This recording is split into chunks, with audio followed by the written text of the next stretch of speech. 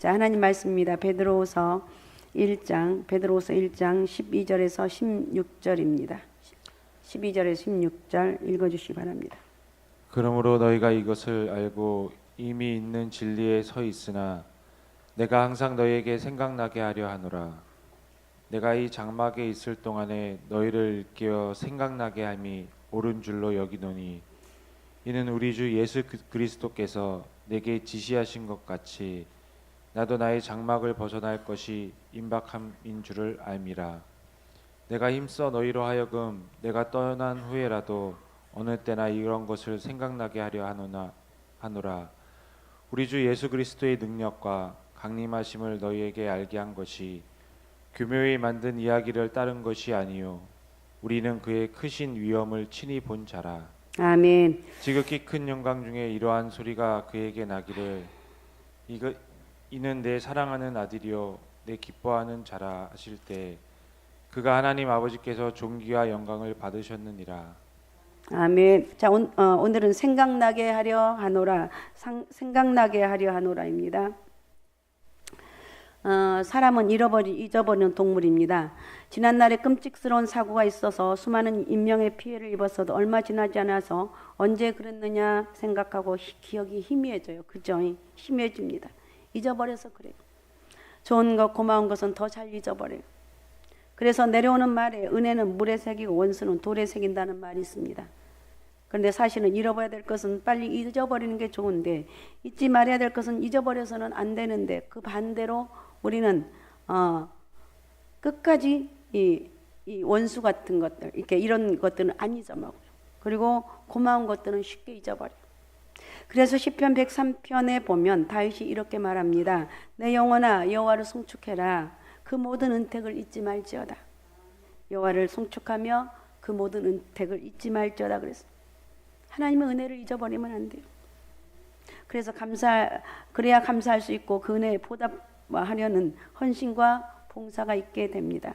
우리는 처음에 믿었던 것들을 잊어버리기가 쉬워요. 그러나 베드로 사도는 오늘 주신 말씀에서 그들의 마음속에 새기며 너희 마음에 새기고 간직해야 될 것을 다루고 있는데 이것이 그가 글을 쓴 목적이고 자기가 언급한 사실들을 거듭 이야기하고 있는 이유가 되기도 합니다. 오늘 주신 말씀을 생각해 볼 때 그의 특유한 강조나 메시지뿐만 아니라 많은 일반적인 원리들도 발견하게 되는데 이것은 믿는 사람이나 믿지 않는 사람에게도 해당되는 말이라는 거예요. 가령 우리의 기억력에 관한 말이 그렇습니다. 우리는 사람들 아주 쉽게 잊어버려요. 그죠? 정말 쉽게 잊어버려요. 어디서 한두 번 만나 인사를 나누었지만 곧 잊어버려요. 또는 어떤 사람이 세상을 떠났을 때 그를 결코 잊을 수 없고 영원히 우리 기억 속에 남아있을 것 같고 우리 마음속에 지워지지 않을 것이라고 생각을 합니다. 그러나 실제로 그렇게 되지 않아요. 우리는 곧 잊어버려요. 그래서 때로는 세월이 약이라는 말을 하는데 이것도 우리가 언젠가 망각하는 경향이 있는 것을 말해주는 또 하나의 말일 뿐이에요. 우리는 중요하고도 흥분된 순간들마저도 이런 식으로 잃어버리기 쉬워요. 이런 사실은 개인 생활에서도 그렇지만 국가적인 타 차원에서도 마찬가지예요. 맹세하는 것이나 서약하는 것도 마찬가지라는 거예요.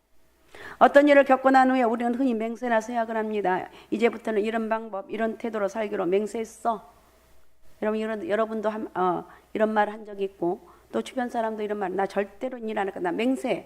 나 맹세하는 거야. 하나님 앞에 나 맹세해. 이렇게 맹세합니다. 그러나 맹세나 서약 혹은 엄숙한 선서를 너무 쉽게 잊어버린다는 거예요. 그래서 예전에 살던 그 자리로 되돌아가 버린 불행한 일이죠. 그러나 우리 모두는 이런 경험을 다 가지고 있어요. 누구나 예외가 없어요. 아, 맞아. 저 사람은 그래. 그게 아니라 내가 그런다고 맞아. 내가 그 주인공이야. 난 너무 쉽게 잊어먹어. 그런데 기억해야 할 것은 잊어버리고 잊어버려야 될 것은 잊지 못하는 경우가 많이 있습니다. 괴로운 일이지만 이것이 현실이에요. 그리고 베드로 사도는 안다는 것과 그것을 실천하는 것 사이에 차이가 있다는 것을 강조하고 있는데 자 12절 한번 읽어주시기 바랍니다. 12절. 그러므로 너희가 이것을 알고 이미 있는 진리에 서 있으나 내가 항상 너희에게 생각나게 하려 하노라. 네, 내가 항상 너희에게 생각나게 하려 하노라 그랬어.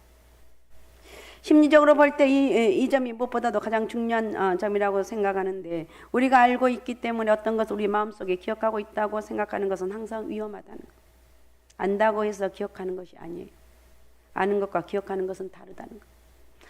학생으로서의 여러분 경험이 있으시면 잘 아실 것입니다. 어느 날 여러분이 선생님의 강의를 듣습니다. 강의를 들을 때 여러분은 이렇게 말합니다. 예, 저는 선생님 말씀하신 것을 다 압니다. 맞아요, 알아요. 그래서 이 강의 내용을 노트에 기록하지 않았습니다. 그러나 몇 달 후에 시험을 볼 때 바로 그 문제를 푸는데 어려움을 겪습니다. 그 강의를 들었고 그 주제에 대해서 읽었다는 것도 생각이 나는데, 하지만 그것을 정확하게 기억할 수가 없다는 거예요. 우리가 알기는 하지만 소유하고 있지 않는 것이 참 많아요. 이것도 사도 베드로가 마음에 품고 있는 것 중에 하나예요. 여러분, 공부 잘하는 사람들은 노트를 정리를 잘하고 계속 반복하죠. 세상의 모든 것은 우연히 이루어진 게 없어요. 우리 학생들 공부하는 가운데 있는데 공부도 마찬가지, 그죠? 우연히 계속 계속 읽고. 그래서 공부는 어릴 적에 하는 게 참 좋은 것 같아요. 나이가 먹으면 금방 잊어먹고 그러는데 계속 반복 계속 아주 주기장창 암송하고 또 암송하고 또 암송. 자, 우리는 원리는 알고 있지만 알고 있는 것만큼 실생활에서 실천하고 활용하려고 노력하지는 않아요. 우리가 어떤 도덕적 기준은 알고 있지만 그것은 모든 것이 다 잘된 것이라고, 그러니까 알고 있기만 하면 실천을 다한 것으로 생각하게끔 제가 우리를 유인해요. 내가 아는 것이 실천한다고 생각해요. 이것은 위험한 것. 세상에서는 선한 것을 안다는 것과 그것을 실천하는데 엄청난 차이가 있습니다. 그래서 성경은 선을 행한 줄 알고도 선을 행해야 된 줄 알고도 행치 아니하면 죄라고 경고하고 있습니다. 그러면서 너희가 이것을 알고 행하면 복이 있으리라고 그랬어요. 여기서 우리는 중요한 원리를 발견하는데, 사람들 이 기억 속에서 살기를 바란다고 말하지는 않습니다. 이것은 매우 깨닫기 어려운 위험하다는. 그러니까 여러분, 예배도 마찬가지인 것 같아요. 나 가서 예배 드리는 거 잘 알고 있어. 성경에 보니까 예배가 답이라고 그래서 예배 드리면 하나님 은혜를 주신다고 그래서 나 너무 잘 알아. 근데 나 막상 교회 가려니까 싫어. 나 싫어. 이 실천이 안 된다는 거예요. 자, 어떻든 우리 마음속에 생생하게 우리는 내가 내 기억 속에 생각했다면 실천을 하라는 거예요. 사람들이 기억을 회상하고 그런 기억 속에 살고 기억에 힘입어 계속 살아갈 수 있다고 말합니다. 그러나 여러분은 그것이 아니에요. 우리는 과거 속에 살 수도 없어요. 기억만으로도 살 수가 없어요. 과거 속으로 거슬러 가서 살려고 하는 것은 그냥 있는 것이기 때문에 의미가 없어요. 기억이나 추억 속에 살아가려고 하는 것은 아무 소용이 없다는 거예요. 하여튼 여러분, 이 말이 조금 어려운 것 같아요. 어려워하지 말고, 어려워도 졸지 말고 잘 들으시기 바랍니다. 할렐루야. 자, 이것은 뒤를 바라보면서 앞으로 가려가는 것 같아요. 뒤를 바라보면서 계속 앞으로 가면 어때요? 뒤를 바라보는데 몸은 앞으로 가는데 콩 넘어져요. 그러니까 이 말은 추억 속에서만 살려고 하는 것은 잘못된 것이다고 말하고 있어요. 베드로 사도가 말하고자 하는 것, 사도는 우리의 추억 속에 살도록 하기 위해서 이 사실을 일깨워준 것이 아니라 이 원리가 우리 마음속에서 활발하게 작용을 하고 이것에 의해서 또 우리가 이것으로 살 수 있도록 하기 위해서 일깨워주고 있다는 거예요. 그래서 우리는 과거 속에 살고 과거 속으로 이끌어 가라는 것이 아니고 말씀이 주시는 원리에 의해서 현재를 살아가라고 말하고 있습니다. 그래서 우리는 성경의 가르침 속에서 또 다른 중심적인 원리를 발견하는데, 우리는 흔히 저 그 말씀 알아요. 저는 그 말씀 알아요. 이렇게 말합니다. 그런데 오늘 베드로 사도는 말합니다. 너희는 그 말씀을 아는 것이 중요한 게 아니라 지키라는 거예요. 다시 말하면 그리스도인은 단 하루도 거르지 말고 이 사실을 명심할 걸요. 계속해서 반복해서 우리에게 말하고 있어요. 반복해서 우리에게 구원자 되시는 예수 그리스도가 계시다고 말하는 것으로 충분하지가 않아요. 바로 그 주님과 우리는 날마다 같이 있어야 되고 그리스도가 함께 계신다는 사실을 계속 상기하라는 거예요. 잊지 말라는 거예요. 믿습니까? 잊지 말라. 이것 때문에 우리는 성경을 읽고 기도하는 거예요. 우리는 매일 이런 삶의 원리를 명심하라는 거예요. 그렇지 않으면 우리에게는 이 원리가 단지 기억이라는 것으로 희미하게 남아있을 뿐이라는 거예요. 이 원리를 우리 실제 생활에 활발하게 적용하지 못한다는 거예요. 교회가 하는 일도 그렇습니다. 하나님 말씀의 선포가 막연하고 애매모호한 일반적인 진술에 그쳐서는 안 됩니다.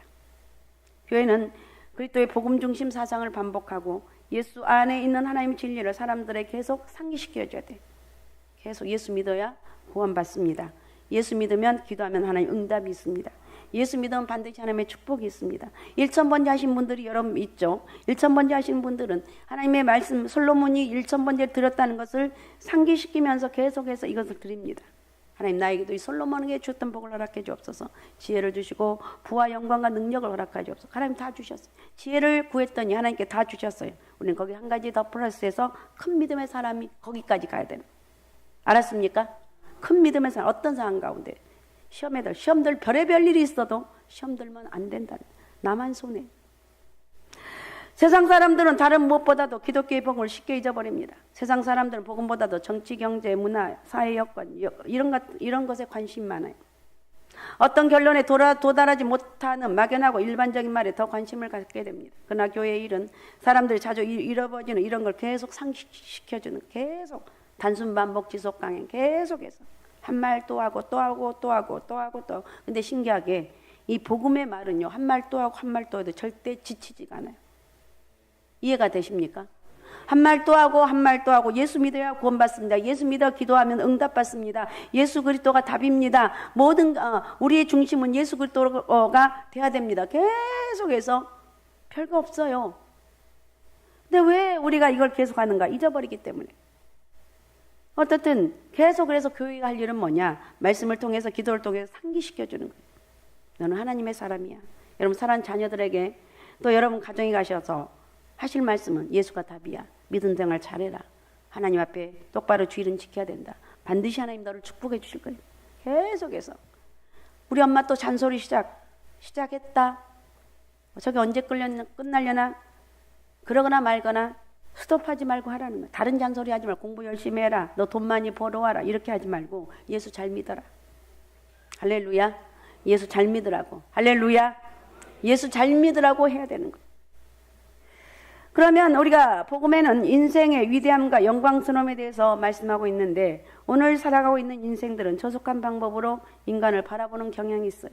내일 죽을 것으로 먹고 마시고 즐기자. 이런 말. 야, 내일 죽을 것인데 먹고 마시며 즐기자는 거예요. 인생이란 무엇인가? 이런 질문도 합니다. 그런데 성경에서는 인생은 위대하고 훌륭하고 커다랗다는 것을 주장하고 있어요. 너는 흑인이 흑으로 돌아가라고 한 성경 말씀은 영혼에 대해서 한 말이 아니에요. 성경에 나타난 것을 보면 인간은 하나님 직접 만드신 특별한 창조물이에요. 하나님 인간을 만들고 모양을 지으셨어요. 우리가 우리의 형상대로 사람을 만들자. 하나님의 형상대로 우리를 사람을 만들자. 그래서 우리는 하나님의 형상을 입고 있다는 거예요. 이렇게 인간은 위대하고 하나님의 형상이 새겨져 있습니다. 이것이 바로 복음의 가르침이라는 거예요. 하나님 믿지 않는 세상 사람들은 절망과 비관으로 가득 차 있어요. 그러나 기독교의 복음은 개인으로 그리고 하나님의 특별한 창조물로서 인간이 위대하고 위험 있는 존재라는 것을 우리에게 상기시켜주고 있다는 것. 우리는 하나님의 특별한 창조물이다. 믿습니까? 한번 따라해 봅시다. 우리는 하나님의 특별한 창조물이다. 믿습니까? 특별한 창조물이다. 그래서 인간이 위대하고 위험 있는 존재라는 것을 우리에게 너는 위대한 사람이야. 너는 정말 존귀한 존재야. 아유, 제가 뭘 그렇게 하지 말고. 맞아. 여러분 누군가가 너는 위대한 존재야, 위험 있는 존재야, 뭐 이런 말 안 해줄 때 스스로 나는 위대한 존재야. 주님이 나에게 그렇게 말씀하셨어. 오늘부터 한 번씩 하시기 바랍니다. 할렐루야. 나는 위대한 존재라는 거야. 그리고 내가 나를 위해서도 기도하는 거야. 손을 얹고 가슴에 손을 얹고 하나님 나는 위대한 존재예요. 하나님이 지으신 만드신 가장 위대한 걸작품이 바로 나라니까요. 난 하나님이 이렇게 만드셨어요. 이렇게 할 때 여러분 자존감이 뽕뽕뽕뽕 올라오는 거예요. 그래서 우리는 인간에 대해서 하나님이 품고 계신 생각과 인간을 위한 방법, 그의 계획을 기억해 내야 되는 거예요. 우리의 삶의 본질은 뭔가? 오늘 주신 말씀에서 베드로 사도는 매우 흥미있는 방법으로 우리의 삶의 본질을 말하고 있는데, 자 13절 14절을 읽어주시기 바랍니다. 내가 이 장막에 있을 동안에 너희를 일깨워 생각나게 함이 옳은 줄로 여기노니 이는 우리 주 예수 그리스도께서 내게 지시한 것 같이 나도 나의 장막을 벗어날 것이 임박함인 줄 알미라. 네, 이 말 하여튼 베드로후서가 좀 어려워요. 이것은 성경에 나타난 우리의 삶의 본질을 말하고 있어요. 우리 이 세상에 살고 있습니다. 우리의 육신은 잠시 거주할 집이나 장막에 지니까 우리의 이 육신은 뭐냐? 잠시 거주할 장막. 14절에 그랬죠. 나의 장막을 벗어날 것이 임박한 줄 알미라. 베드로 사도가 내가 하나님 앞에 갈 날이 멀지 않았다고 말해. 우리는 이 세상에 살고 있습니다. 우리 육신은 우리가 잠시 거주할 집이나 장막에 지나지 않는다는 거예요. 요한 사도가 이것을 어떻게 표현했는지 여러분이 잘 아실 거예요. 요한은 우리 주 예수 그리스도께서 강림하사 우리 함께 잠시 거주하셨다고 말하고 있습니다. 육신이란 내 육신이란 무엇인가? 그것은 일종의 장막에 불과하다는 거예요. 성경이 그렇게 나왔어요. 내 이 몸은, 나라는 이 송송이라는 이 사람은 바로 뭐냐? 이 육신은 장막이에요. 다시 말하면 우리는 영원히 여기에 거주할 몸은 우리의 보이는 그 육신은 우리가 영원히 거주할 것이 아니라는 거예요. 사람들이 자기 자신과 육체를 동일시하는 것은 이것은 비극이라는 거예요. 그럼 이 세상에서의 생명은 단 하나밖에 없는 것처럼 보이는데, 그러나 베드로 사도는 그런 것이 아니고 우리는 이 세상에 보내져서 잠시 동안 이 거주지에 머무는 것이라고 말합니다. 그래서 우리는 잠시 임시 체류자에 불과해요. 하나님이 너 이제 그만하고 와 그러면 육신하고 영이 분리되어서 육신은 흙으로 돌아가고 내 영혼은 하나님 앞에 간다는 거예요. 영혼은 영원히 살아있는데, 우리는 이 세상에 잠시 머물고 있을 뿐입니다. 인생은 하나의 순례이고 인간은 순례자에 불과해요. 이 세상은 우리가 여행하면서 하룻밤을 지나는 일종의 여관과 같은 곳입니다. 우리는 이 세상에 왔습니다. 하나님이 여기에 보내셨어요. 어쩌면 이곳에 보라동에, 어쩌면 여기까지 와서 우리는 모르는 사람이에요. 모르는 사람들 만나서 같이 예배드리고 구역이 되고 이렇게 사람들이 어울려가면서 어쩔 때는 삐지기도 하고 혼자 삐져갖고 또 혼자 삐지다 혼자 또 풀어지기도 하고, 그리고 또 말 한마디에 또 상처도 받고 이렇게 살아가는 게 우리 인생이에요. 그러나 우리는 그런 수많은 그런 일이 있고 난관이 있다 할지라도 우리는 궁극적으로 하나님 앞에 구원받은 사람이고 우리는 돌아갈 본향이 있다는 것을 잊지 말자는 거예요. 하나님이 여기에 보내셨다는 거예요. 우리 한국 사람의 평균 수명이 몇 살이냐면 78.6세라고 합니다. 다소 차이는 있을 것이지만 78.6세가면 이 세상을 떠난다고 생각하는 것이 옳은 것이에요. 성경에도 우리의 연수가 70이고 강건한 80이라도 그랬어요. 신속기간이 우리가 날아가나이다. 날아간다고 맞아요. 날아간다고.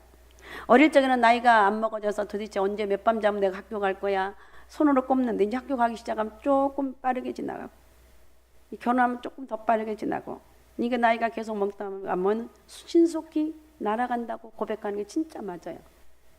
그래요, 안 그래요? 진짜 날아간다고 고백할 수 있어요.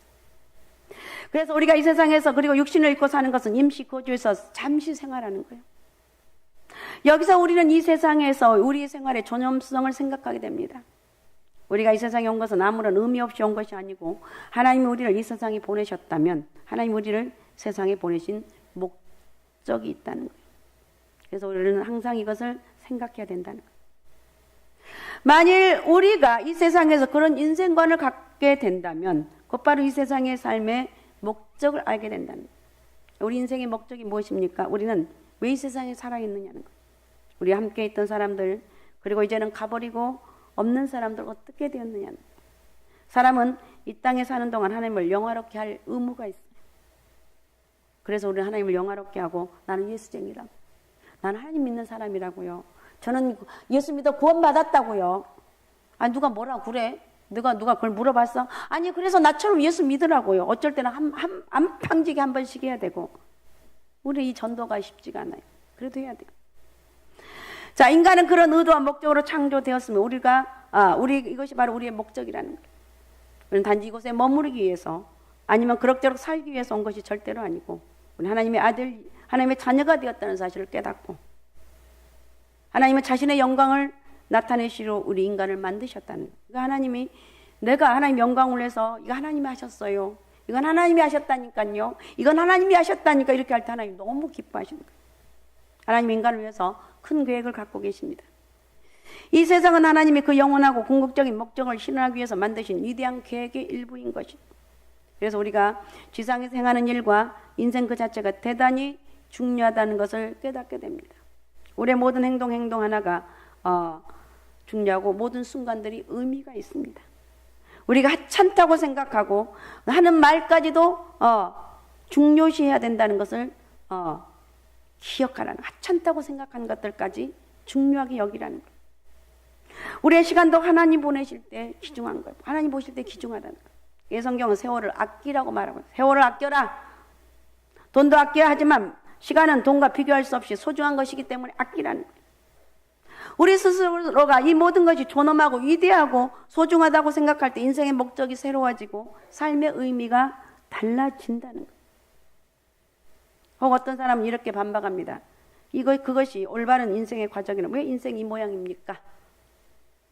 만약에 하나님이 인간과 이 세상을 창조했다면, 다시 말해 하나님께서 인생의 창시자시고 인간은 하나님의 만드신 독특한 피조물이 한다면 당신은 오늘의 세계를 어떻게 설명하겠냐고요. 도대체 이 말은 무슨 말? 도대체 왜 전쟁이 일어나서 많은 생명이 죽어가는지, 왜 이런 어려움이 있어서 이렇게 엄청난 사람들이 어쩔 땐 비행기 사고 나서 수많은 사람들이 죽고, 도대체 왜 이런 일이 일어나느냐는 거예요. 그러나 성경은 실제적이고 적절한 설명해 주기 때문에 여기에 모순이 없어요. 우리는 모든 고통과 시련과 비극은 오직 한 가지 이유, 뭐 때문에? 죄 때문이라는 것을 복음을 통해서 알 수가 있어요. 그 죄 때문에 수많은 어려움을 당하고 그 죄 때문에 고통을 받고 말할 수 없는 그런 아픔을 낳는 이유가 뭐냐? 뭐 때문이냐? 죄 때문이라는 거예요. 믿습니까? 죄 때문이라는 거예요. 자, 베드로후서 1장 12절은 이렇게 말합니다. 베드로후서 1장 12절. 그러므로 너희가 이것을 알고 이미 있는 진리에 서 있으나 내가 항상 너희에게 생각나게 하려 하노라. 예, 내가 항상 너희에게 생각나게 하려 하노라. 세상 사람들이 가장 싫어하는 것 중 하나가 죄를 상기시키는 거예요.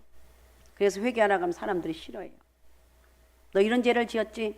그래도 싫어요. 왜 엄마는 맨날 이런 것만, 안 좋은 것만 생각하고 꼭 집어서 얘기하냐고요. 아니 목사님 왜 설교할 때 꼭 왜 죄에 대해서만 얘기하냐고요. 왜 내 가슴을 찔리게 하냐고요. 왜? 죄를 싫어하기 때문에. 너는 죄를 지어서 그 말이 용납이 안 되는 거예요. 내가 죄를 수없이 질러도 너는 괜찮은 사람이라고 이렇게 얘기해 주기를 원한다는 거예요. 이유가 뭐냐? 가급적이면 고통을 피하고 싶어서. 그러나 모든 일을 사실 그대로 보려면 모든 고통의 원인인 하나님과의 잘못된 관계에서 일어났다는 깨닫고 인정을 해야 돼요. 그래요, 맞아요. 제가 그런 사람입니다. 맞아요. 나는 그런 사람이에요. 맞아요. 나는 그런 죄를 지었습니다. 인정을 하는 거예요. 엄마들이 자녀들에게, 야 이놈아, 너 이렇게 했는데 이게 되냐? 그러면 엄마 내가 언제 그랬어? 봤어. 요즘 요놈들이 그러죠. 그런데 그렇게 하지 않고, 야 너 이렇게 했잖아. 맞아 엄마. 내가 그랬어. 내가 잘못했어. 이 말 한마디면 엄마는 다 범 녹듯이 마음속에 다 사라져요. 이걸 못하더라고요. 이걸 못하는. 어떻든 우리는 이 죄에 대해서 잘못했으면 인정하고, 아니면 내가 인정하는 것도 중요하지만 내가 먼저 나가서 하나님 앞에 회개하는 게 진짜 중요하다. 내가 이런 죄를 지었는데 용서해 주세요. 이게 최고의 능력은 뭐냐? 뭐 기적이 일어나고 뭐 질병이 고침받고, 이것보다 더 중요한 게 뭐냐? 죄를 회개하는 거예요. 나에 대한 그 죄를 인정하고 회개하는 것이 최고의 능력이라는 거예요. 우리는 하나님 방법대로 살아가지 않는 한 인류나 이 세상에는 희망이 없어요. 희망이 없다니까요. 여기서 복음 우리에게 죄가 있다는 사실을 끊임없이 상기시켜주고 있습니다. 그러면 인간의 삶의 목적은 무엇인가? 다시 한번 생각해 보면 15절 한번 읽어주시기 바랍니다. 내가 힘써 너희로 하여금 내가 떠난 후에라도 어느 때나 이런 것을 생각나게 하려 하노라. 예, 여기서 떠난다고 하는 말은 굉장히 중요합니다. 우리가 이 세상에서 다 살고 난 후에 어떤 일이 났는가? 이 세상을 떠납니다. 그래서 그리스도인에게 있어서 죽음이란 애굽의 속박과 포로 상태에서 새로운 땅 가나안으로 가는 과정에 불과합니다. 그것은 잔인한 독재자 바로왕의 압제와 속박과 노예 상태에 있었던 이스라엘 백성들의 출애굽과도 같은 사건이에요. 그 후에 그들은 애굽을 떠나서 홍해와 요단을 건너 가나안 땅에 들어가 그 풍성한 소산들을 얻게 됩니다. 성경에 하면 이것이 그리스도인의 궁극에 이르러서 접하게 되는 길이라는 것. 그리고 죽음은 공포가 아니라 장막을 걷어 이동하는 것뿐이에요. 다시 말하면 이 세상을 떠나서 요단을 건너서 영원 불멸의 왕국 가나안으로 들어가는 것입니다. 요단을 건너서, 그러니까 쉬운 게 아니라는 거예요. 가나안으로 들어가는 거예요. 성경은 하나님께서 이 세상을 위한 위대한 계획을 갖고 계시는데 그 이 계획과 목적을 시행하고 계신 중에는 이것이 우리에게 말해주고 있는데 그 가르침은 죄가 남아있는 한 고통이 있고 마침내는 대변동 사건이 있을 거라는 거예요. 성경은 낙천주의에 대해서 말하고 있지 않아요. 성경에 의해는 전쟁과 전쟁의 소문에 대해서 쓰여져 있기도 하지만 죽음과 죄와 무덤의 권세를 이기신 하나님 아들 예수 그리스도가 마침내 이 세상을 깨끗하게 하기 위해서 다시 오실 것이고 하나님께 대하여 대처하는 모든 요소들은 마침내 망하게 될 것이라는 사실을 증거하고 있다는 거예요. 믿습니까? 믿습니까? 예. 더없이 영광스러운 최후 날이 다가오고 있다는 거예요. 우리가 기대하는 최후의 날이에요. 성경은 우리에게 하나님이 해오신 일을 생각하라고 말씀하듯이 하나님 앞으로 하실 일들을 기대하라고 말하고 있습니다. 그러므로 성경이 우리에게 상기시키는 궁극적인 것 그리고 항상 기억해야 된다고 촉구해야 될 것이 있다면 이 세상에서 가장 위대한 일이 여러분 무엇이라고 생각하십니까? 이 세상에서 가장 위대하고 엄청난 일을 행하는 것이 뭐냐는 거예요. 바로 그리스도를 아는 것이다. 그리스도를 믿는 것이다. 최고의 위대한 일이 예수 그리스도를 아는 것이고 믿는 거라. 언제나 주님을 우리는 의지해야만 살 수가 있습니다. 우리가 절대로 잊어버려서는 안 될 것은 예수 그리스도 고난과 부활입니다. 생명과 죽음 그 밖에 모든 것은 다 변해요. 다 변해요. 이 세상 안 변한 게 없어요. 그러나 예수 그리스도 안에서만 인간의 삶에 대한 진정한 의미를 가질 수가 있고 알 수가 있습니다. 그 안에서 우리는 죽음과 무덤을 이기고 영원한 삶을 얻게 된다는 것. 사랑하는 여러분, 이걸 꼭 명심하시기 바라고 우리를 위해서 자신을 주시고 다시 부활하신 주님을 생각하면서 모든 기억이 죄악된 것에서 거룩해지는 역사가 있으시기 바랍니다. 부정적인 생각을 바꾸시기라는 것. 그리고 우리가 기억해야 될 것 중에 가장 중요한 것은 뭐냐? 16절 한번 읽어주기 바랍니다. 16절. 우리 주 예수 그리스도의 능력과 강령하심을 너에게 알게 한 것이 교묘히 만든 이야기를 따른 것이 아니요 우리는 그의 크신 위엄을 친히 본 자라. 아멘. 주님의 재림에 대한 말씀입니다. 예수 그리스도의 능력과 강림하심을 너희에게 알게 한 것 교묘히 만든 이야기가 아니라는 거예요. 만든 얘기가 아니라니까요. 우리는 그의 크신 위엄을 친히 본 자라고 그랬어요. 예나 지금이나 주님의 재림에 대한 소극적이고 부정적인 생각을 가지고 있는 사람이 많습니다. 그러나 이것은 오늘 말씀대로 공교히 만든 이야기가 아니라는 거예요. 주님 자신도 친히 성경 여러 곳에서 말씀하셨어요. 이것은 베드로 사도가 사랑하는 성도들의 심령을 위해서 쓴 목양의 편지라는 거예요. 그들을 돕고 격려하고 확고히 제발 믿음 안에 살아라. 제발로 믿음 안에 바르게 살아라. 확고하게 세워주고 강하게 하는 것이 목적이었습니다. 그가 말한 대로 부름을 받고 택함받은 것을 확실히 하도록 그들에게 힘을 주는 것이 사도 베드로의 목적이었어요. 그런 그리스도인들이 확신을 가지고 내면에 어떤 일이 일어난다 할지라도 흔들리지 말고 하나님의 강력한 임재하심 안에서 주님의 임재하심 안에서 그 믿음으로 살아가라고 오늘 우리에게 말씀하고 있습니다. 믿습니까? 주님이 반드시 재림할 것이다. 주님의 임재하신 가운데 성령의 역사 안에서 제발 믿음 안에서 흔들리지 말고 바르게 살아가라는 것이 베드로후서의 말씀입니다. 예수님의 많은 비유들도 결국 예수님의 재림에 대해서 언급하고 있는 것인데 마태복음 25장에 보면 세 가지 비유가 있는데 열처녀 비유, 달란트 비유 그리고 나라들의 심판에 대한 것이 다 주님의 재림에서 분명하게 다루고 있어요. 복음이 가르치는 핵심은 최후의 성취와 그리스도의 재림에 대한 가르침이에요. 주님이 다시 오신다는 사실은 너무나 분명하고 큰 사실입니다. 믿습니까? 믿습니까? 주님이 다시 재림한다는 사실을 믿습니까? 반드시 재림하십니다. 어떻게 오십니까? 주님이 인격적으로 다시 오시고 육체로 다시 오시고, 성경은 그가 영광스러운 모습으로 나팔 소리에 맞춰서 천사들을 대동하고 공중에서 재림한다고 해요. 모든 사람이 본다고 그랬어요. 주님은 반드시 육신으로 우리 앞에 나타날 것이고, 그러므로 주님 우리 눈으로 볼 수 있도록 그렇게 오신다는 것. 하늘에 구름을 타고 오실 것이고 모든 사람이 그를 보게 될 것이다. 믿습니까? 깨어있다 보면 하나님이 이 세상에 살면서 여러 가지 하나님 응답을 여러 가지 사건 가운데서 해결해 줌을 주시고, 하나님 그 은혜 속에 살아가면서 어느 날 갑자기 예수 그리스도가 재림하는데 그때 주님을 만날 수가 있다는 거예요. 주님이 왜 오시는가? 이 세상 일들 종결시키시기 위해서 오신다는 거예요.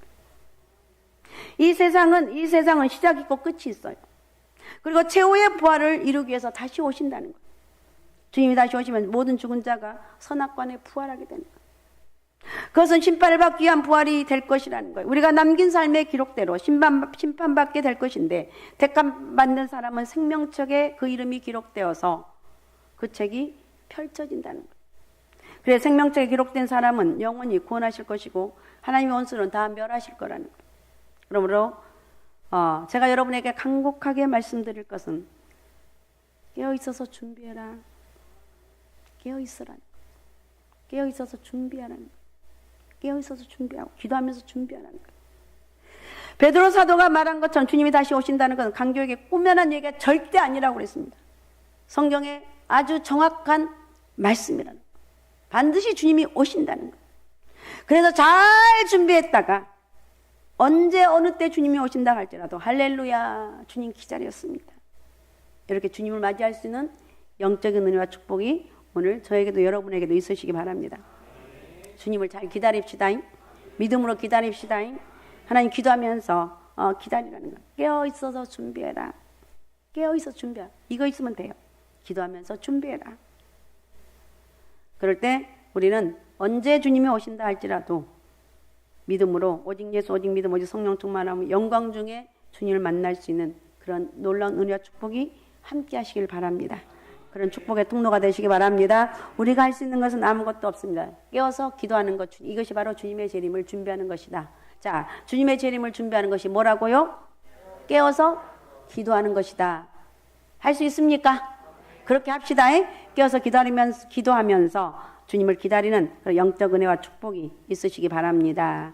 자, 같이 말씀.